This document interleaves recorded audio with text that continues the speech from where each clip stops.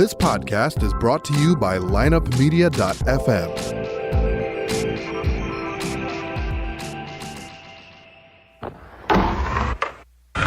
Because if you can tell me what your habits are, I can tell you what sort of a person you are. I can tell you what your future looks like. But like I always say, life is 10% what happens to you, it's 90% what you do about it.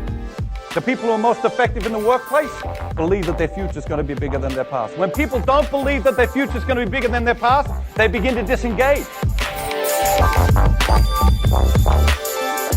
You're listening to The Circuit of Success, a podcast dedicated to helping you achieve success in every facet of life. Only on the lineupmedia.fm podcast network. Now, your host, Brett Gilliland.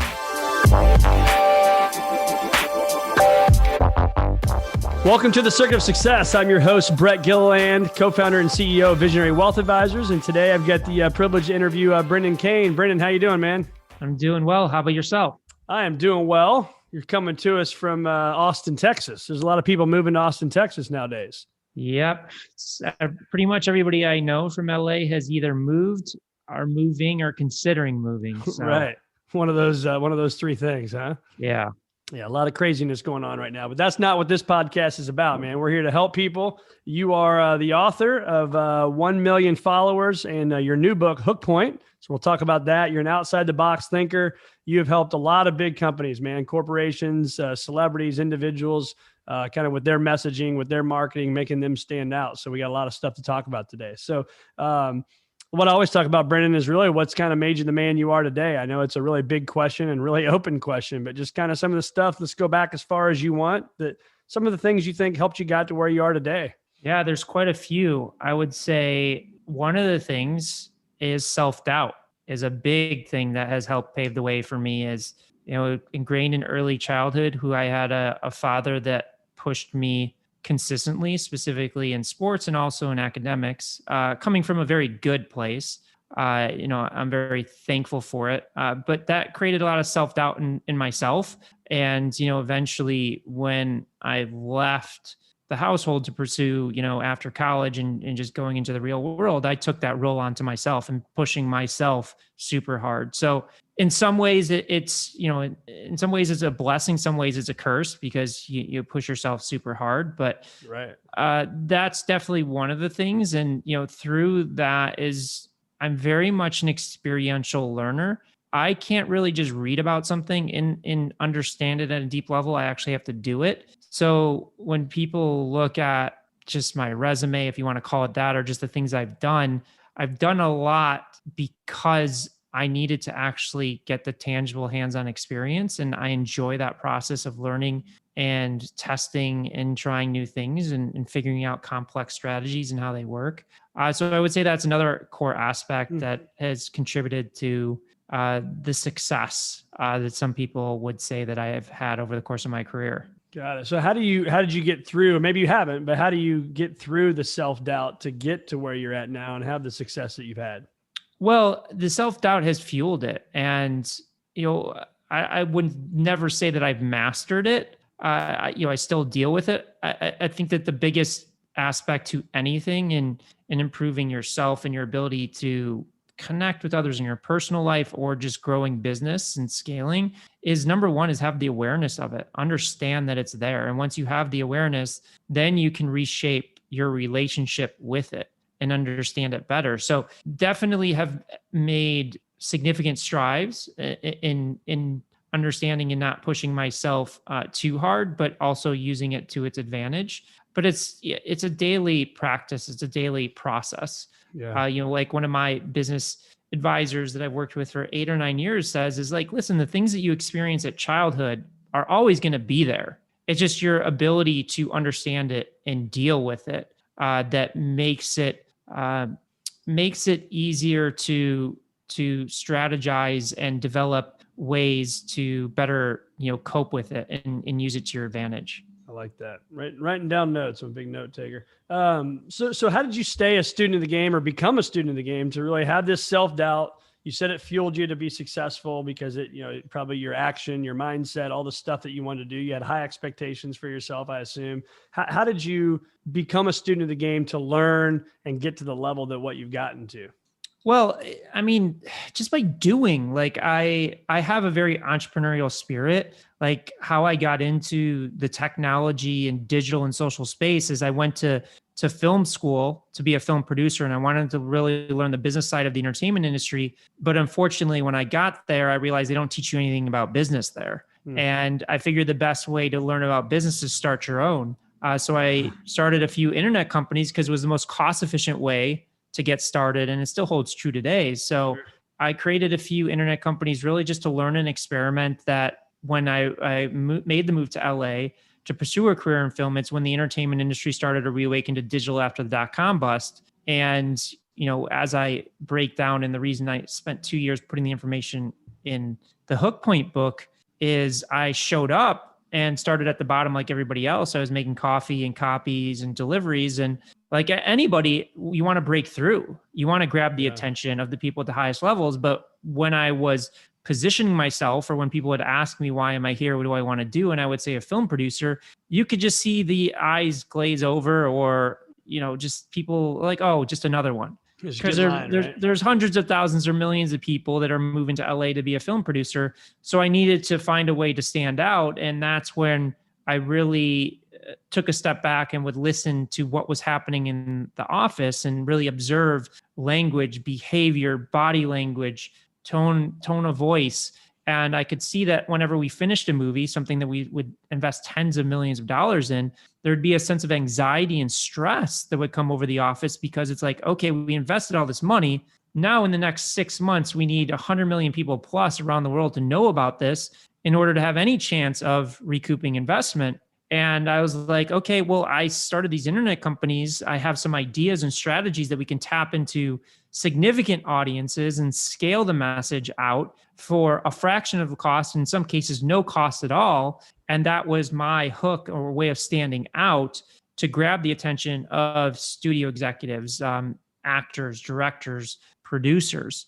So going back to your question, it's like that, those are the types of things that fueled my success. Is I would just do, I would create, I would find any opportunity to A, stand out, and B, produce something of value to the people I wanted to connect with. And through producing that, I would learn a tremendous amount about what it takes to actually achieve the vision that I set out to do. So using your book name, Hook Point, what was one of those hooks? Like, what's an example of somebody, some big, maybe you don't have to say the names, but the producer, the movie star, whatever, like what were you doing to actually hook them? Like, what's an example? Well, I would just see, like, there was, for example, there was a movie I worked on called Crank, starring Jason Statham. And the directors and writers of the movie were first-time directors and writers. So the project was really important to them. And it was a smaller budget film. I think they made it for like 10 million, which sounds like a lot, but talk about like the Avengers is like 150, $200 million. So putting it into perspective, but because the movie had a smaller budget, there was a smaller marketing budget, a fraction of the traditional things. So I, at the time, and this was, I think 2007, 2008, YouTube was just coming on the scene. And at the time, there was no such thing as an influencer. The term hadn't existed. We all take it for granted now, 12, 13 years later. But I was like, listen, there's all of these YouTube people, YouTube creators that are amassing huge audiences. And I went to them and I said, hey, listen, we should tap into these audiences and see if they want to make some fun content with us. And they're like, yeah, that's interesting. That's a great idea. So I just messaged the top 100 YouTubers at the time. And I just said, hey, do you want to interview a movie star? Simple, with no pay or anything like that. And I got like 5 or 6 to respond. And that was one hook in one way. And that grabbed the attention. And then I remember we were down at Comic-Con promoting the movie. And then, I didn't think he would care. Like, Jason Statham was a huge movie star. Right. But he just started asking me questions like, well, what are you doing in this film? And I was telling him about some of the ideas we were doing. And he's like, well, that's awesome. He's like, can you come to my house and talk a little bit about my personal strategy and how I could tap into it. And again, it wasn't like I was, trying to sell anything. It was like me just looking at, okay, what is the value equation here? How can I help benefit the film, the directors, the producers, the star? And that was really a hook of somebody at the time. I was still making coffee and copies for the business. And then shortly after that, because the movie was successful, it opened up number one, that I got the opportunity to build the first digital division for that studio I was working for. Wow. Yeah, I love that. And so what makes me think of it is, so one of the circuit of success is action. And you always hear that about the kind of the gut or the heart versus the head. What I heard you say there is you had an idea, let's send 100 emails out, let's see what happens, right? Versus thinking about it, putting a plan and a strategy together, and then your brain's going to tell you what, oh, you shouldn't do this. Who the hell is going to listen to this guy that's making coffee? They're not going to want to interview this, or they're not, blah, blah, blah, right? You can see where it goes. So when you hear me say all that, do you connect with that? Is that true? You just got to take action versus worrying about it so much? Yeah, 100%. And mindset, as you know, is the most important thing. Like I can tell right away when somebody reaches out to me about my book or a client works with us privately one-on-one, whether they're going to be successful or not. Like I know I can provide the roadmap. I know I can provide the strategy that will help them stand out, be successful, because we've done it. We've generated hundreds of millions of dollars for our clients with the strategy and the consultancy that we have. And then there's some clients that don't do anything and they completely fail. And it just comes down to that mindset and that perspective. For me, though, it's interesting. I don't have any doubt or anything in the action phase. My self-doubt comes after you build it. It's like, I just do. I love the creation process, but once it's done and it's up, that's when the self-doubt comes in. But you're at that point where you've invested so much time or resources or money into something that luckily there's no really turning back at that point. So let's talk about that for a second. When you say it's built, now you get this bright, shiny object, right? You know it can work. Walk us through that self-doubt. Like now, what are you doing to yourself? Well, it's like, are people going to like it? Are people going to buy it? Am I going to get negative comments or responses, things of that nature that really just creep in? And, it's, do you ever make it personal? Sorry to interrupt. Do you ever make it personal? Like who's Brendan think he really is to think that I can go out to hundreds of millions of peoples all the time? It comes in the form of, am I full of shit? Those thoughts come into play. And it's like, when I'm doing it, I believe in it so much.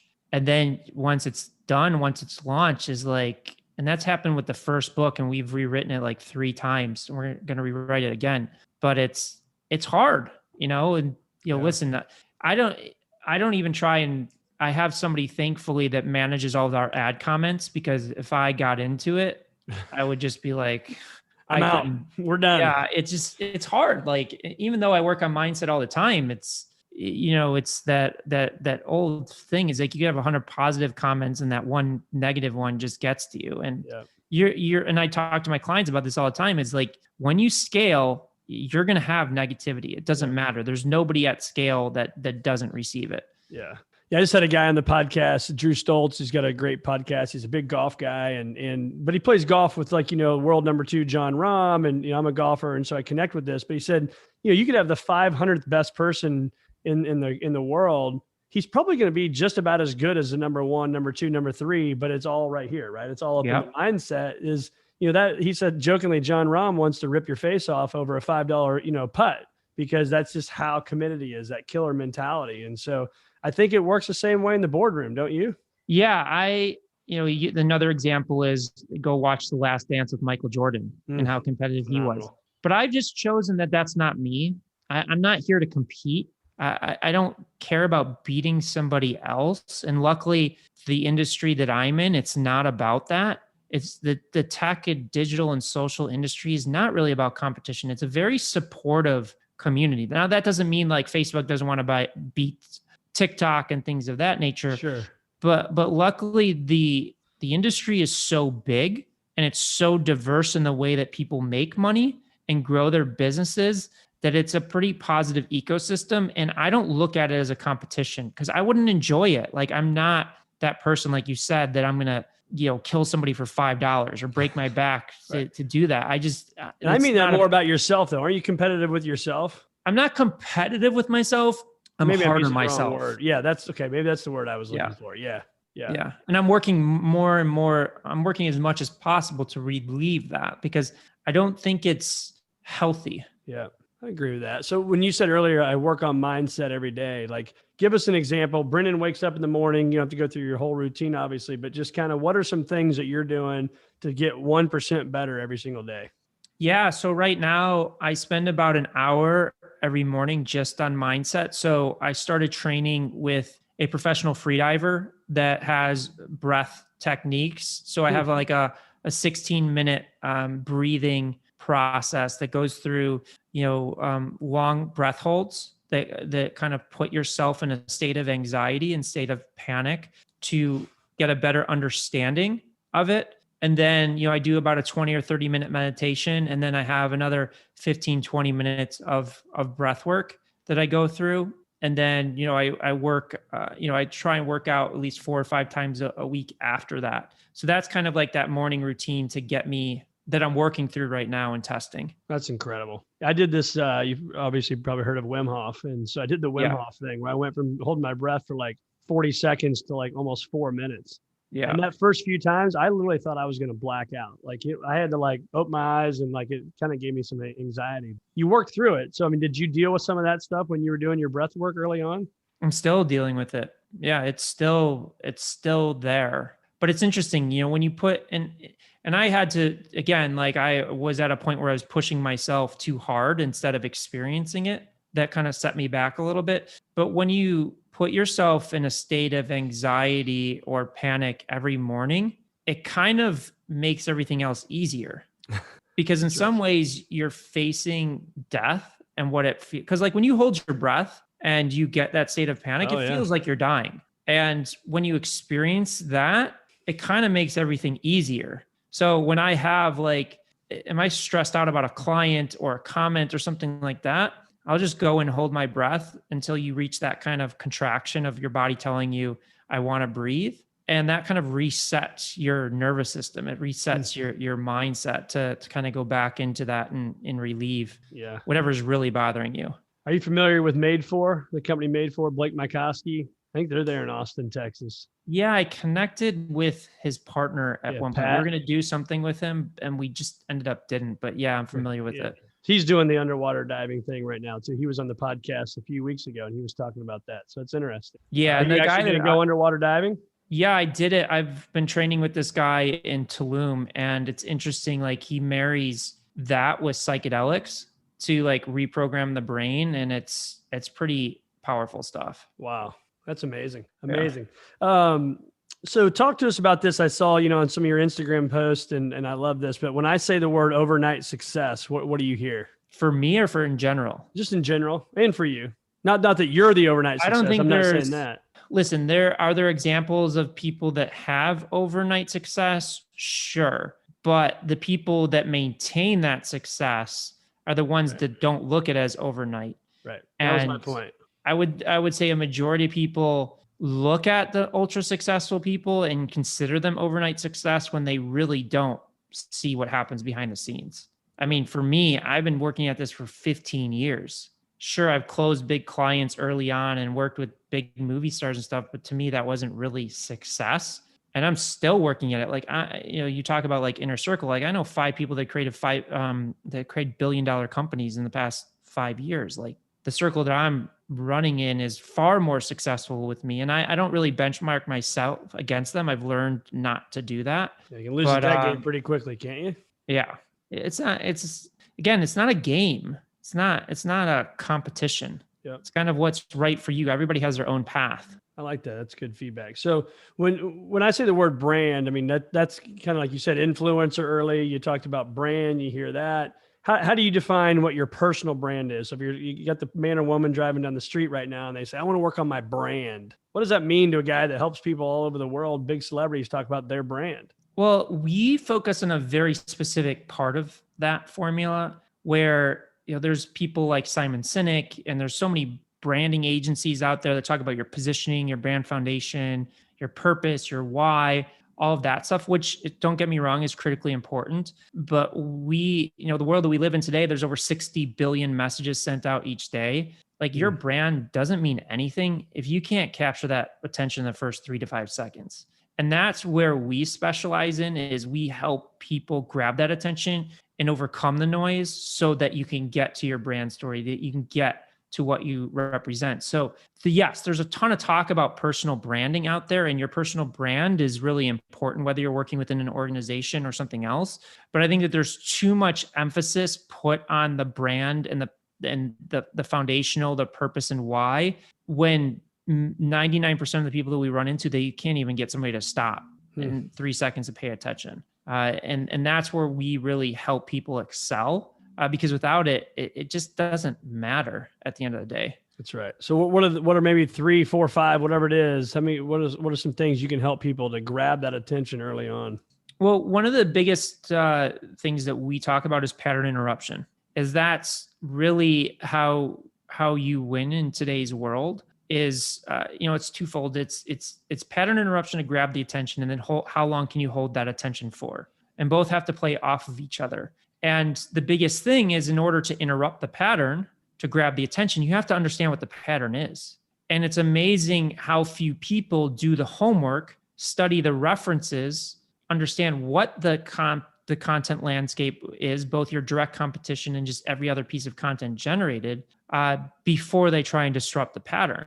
And that's one of the biggest things that we do in our work with clients and teach our clients to do, is to identify that pattern so you can break it and stand out.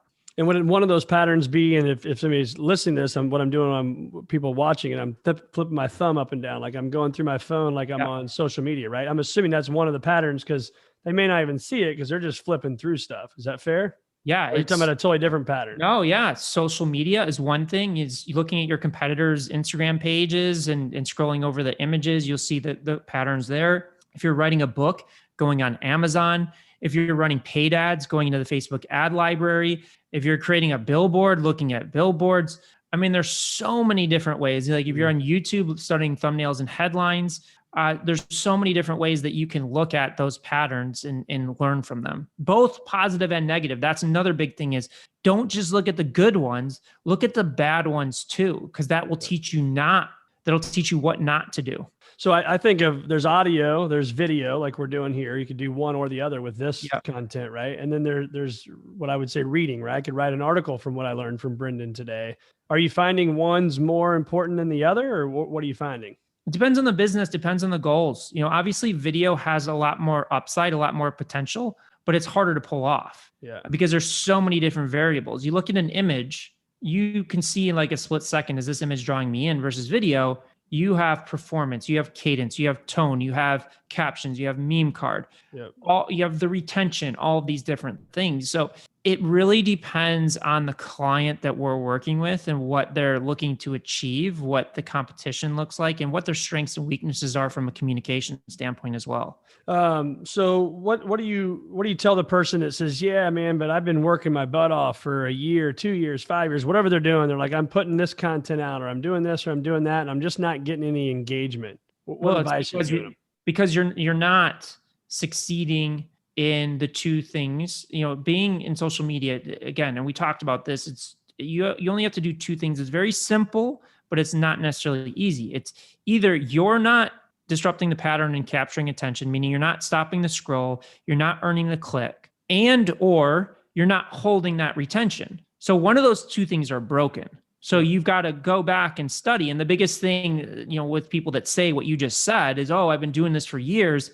Almost every single time they're just doing the same thing over and over again and just expecting something to break through. And it's not the case. The algorithms have a very difficult job with all the content being published, and they have to prioritize content that's going to hold attention for the longest period possible, because that's how they make money. And if your content is not stopping people, and if your content's not holding attention, they're going to deprioritize it.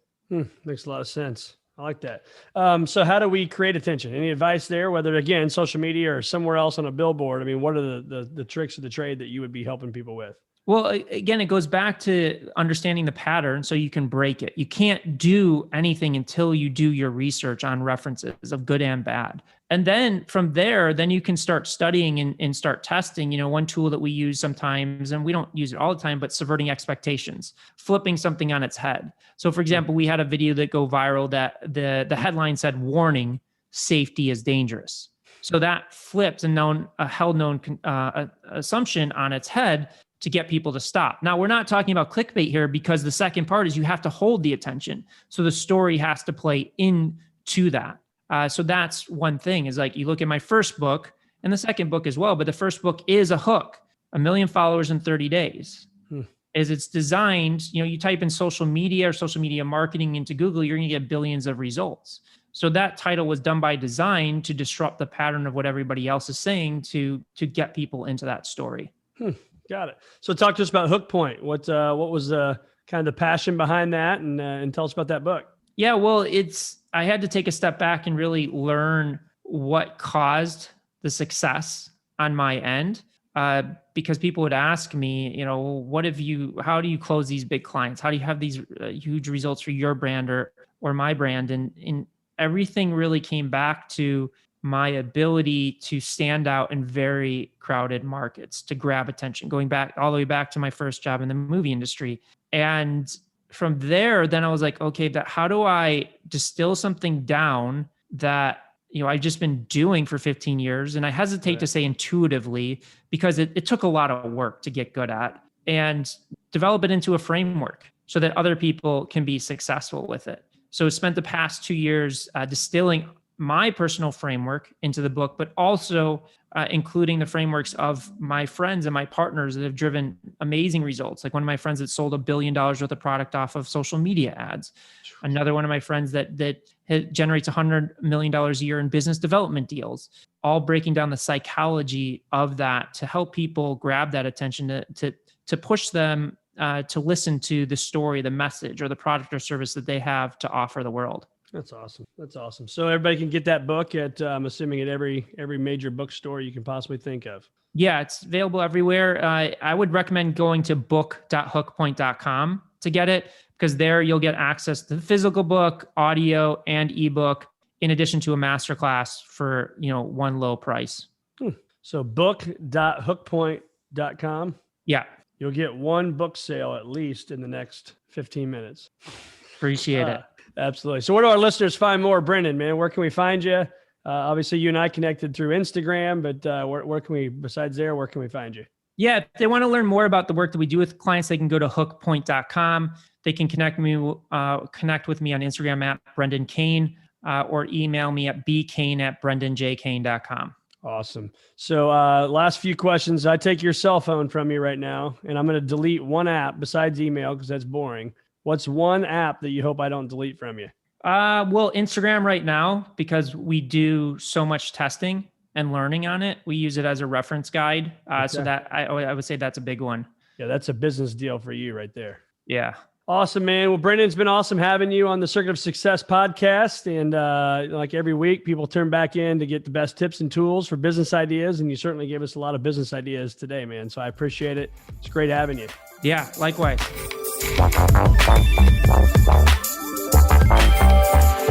Tune in next week for another episode of The Circuit of Success with Brett Gilliland on the lineupmedia.fm podcast network.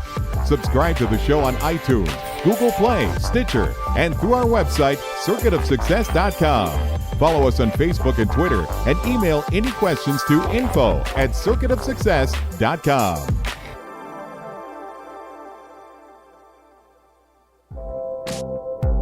This podcast was a presentation of lineupmedia.fm.